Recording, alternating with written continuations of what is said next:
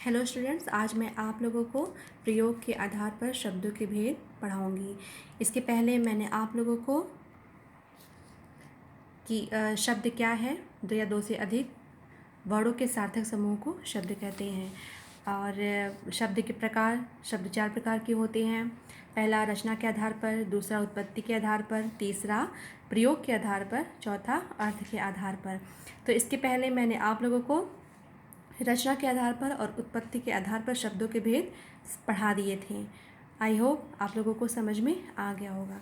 और आज मैं आप लोगों को प्रयोग के आधार पर शब्दों के भेद पढ़ाऊंगी और अर्थ के आधार पर भी शब्दों के भेद पढ़ाऊंगी।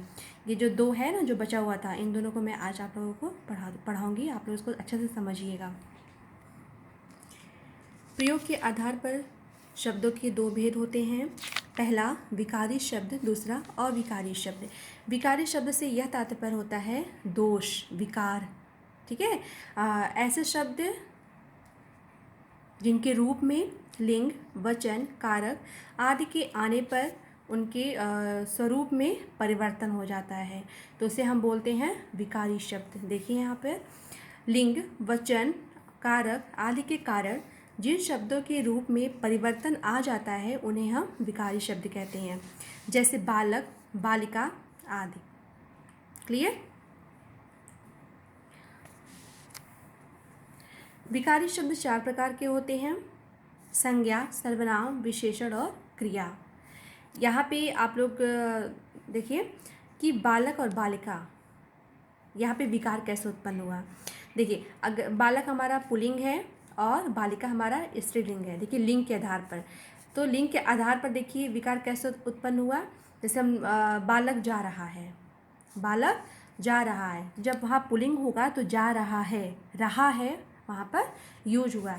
बट अगर हम वहाँ पे बालिका का अगर हम लोग प्रयोग करें तो बालिका जा रही है, तो रही है यहाँ पे आ गया ना, तो रही है, तो लिंग के आधार पर विकारी शब्दों के रूप में परिवर्तन हो गया। क्लियर। यहाँ पर देखिए विकारी शब्द चार प्रकार के होते हैं: संज्ञा, सर्वनाम, विशेषण और क्रिया। अविकारी शब्द, अविकारी शब्द में क्या होता है? अविकार, यानी जिसमें किसी भी प्रकार का कोई दोष ना हो। विकार में क्या होता है? दोष होता है। यहाँ पे अगर हम अ उपसर्ग लगा दिए तो यहाँ पे सीधा इसका अर्थ क्या हो गया कि यहाँ पे कोई विकार या दोष ना हो।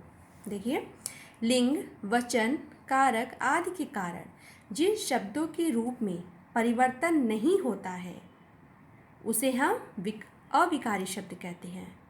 ठीक है। जैसे किंतु, यहाँ, परंतु, या आदि। और मैंने पिछली कक्षाओं में आप लोगों को मैंने पढ़ाया था ये अविकारी शब्द, अगर आप लोगों को याद होगा तो आप लोगों को अच्छे से समझ में आएगा। अविकारी शब्द चार प्रकार के होते हैं: क्रिया विशेषण, संबंध बोधक, समुच्चय बोधक और विस्मयादि बोधक।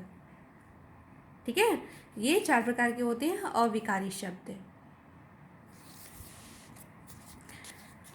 देखिए, अर्थ के आधार पर शब्दों के भेद। ये हमारा जो शब्दों के जो भेद थे ना, वो चार प्रकार के थे, चार भेद थे उनके। तो चौथा जो लास्ट भेद है वो अर्थ के आधार पर शब्दों के भेद। तो अर्थ के आधार पर शब्दों के दो भेद होते हैं: सार्थक शब्द और निरर्थक शब्द। सार्थक शब्द क्या है? जिन शब्दों का कोई निश्चित अर्थ होता है उसे हम सार्थक शब्द कहते हैं। ठीक है, जैसे पेड़, माता, पुस्तक,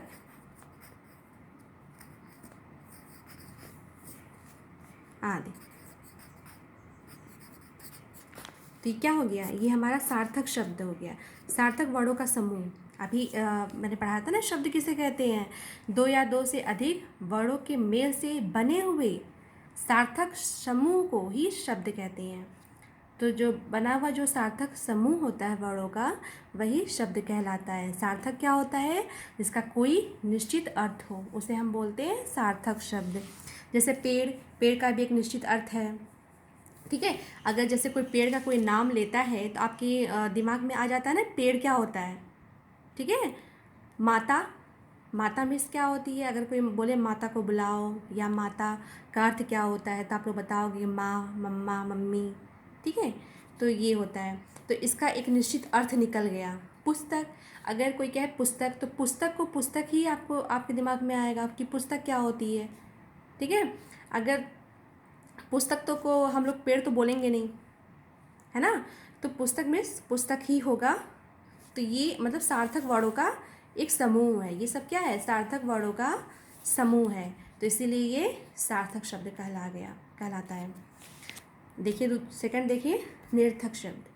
जिन शब्दों का कोई अर्थ नहीं होता है, जिन शब्दों का कोई भी अर्थ नहीं होता है, उसे हम बोलते हैं निरर्थक शब्द। और इनका प्रयोग हम बोलचाल में सार्थक शब्दों के साथ ही करते हैं।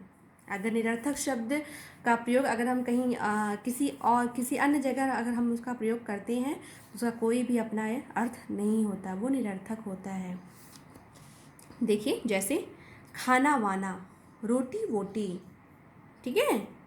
पीना, बोलते हैं पीना वीना, पीना वीना, जाना वाना, जाना वाना, गया वया। तो ये क्या है? तो ऐसे बहुत से होते हैं, आदि लिख देंगे यहाँ पे हम लोग, ठीक है। ऐसे बहुत से होते हैं। तो जो ये खाना है, खाना क्या है? हमारा सार्थक शब्द है। तो सार्थक शब्दों के साथ वाना लग गया।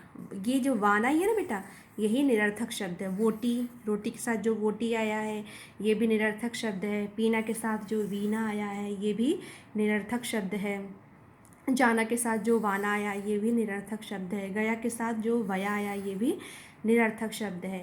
तो ये जो ये सार्थक शब्दों के साथ लगे हुए हैं, ये शब्द वोटी, तो ये सारे निरर्थक शब्द हैं, अर्थात इनका कोई अर्थ नहीं है। रोटी का तो पता चलता है कि रोटी मीन्स क्या होता है, ठीक है, लेकिन वोटी का अर्थ हमें पता नहीं है। खाना मिस होता है खाना, और वाना मिस होता है पता नहीं, लेकिन खाना के साथ वाना लग गया। कुछ लोग यूज करते हैं इसका, तो यही बोलचाल की भाषा होती है। बोलचाल की भाषा में लोग निरर्थक शब्दों का ही यूज करते हैं, वैसे इनका कोई अर्थ नहीं होता है। अलग से इन शब्दों को यूज लोग नहीं करते हैं, ठीक है। तो इसके साथ ही जो हमारा तीसरा जो चैप्टर है हिंदी ग्रामर का, हिंदी व्याकरण का, वो पूरा हो गया शब्द विचार। और आप लोग अपनी कॉपी में इसका भी क्वेश्चन आंसर मैं करवाऊंगी, तो इसको आप लोग अच्छे से पढ़ना। लेकिन सेकंड चैप्टर तक आप लोग अपना क्वेश्चन आंसर अच्छे से लिख लेना, ठीक है, क्योंकि मैं किसी भी टाइम में कॉपी आप लोगों की देख सकती हूँ। ठीक, थैंक यू।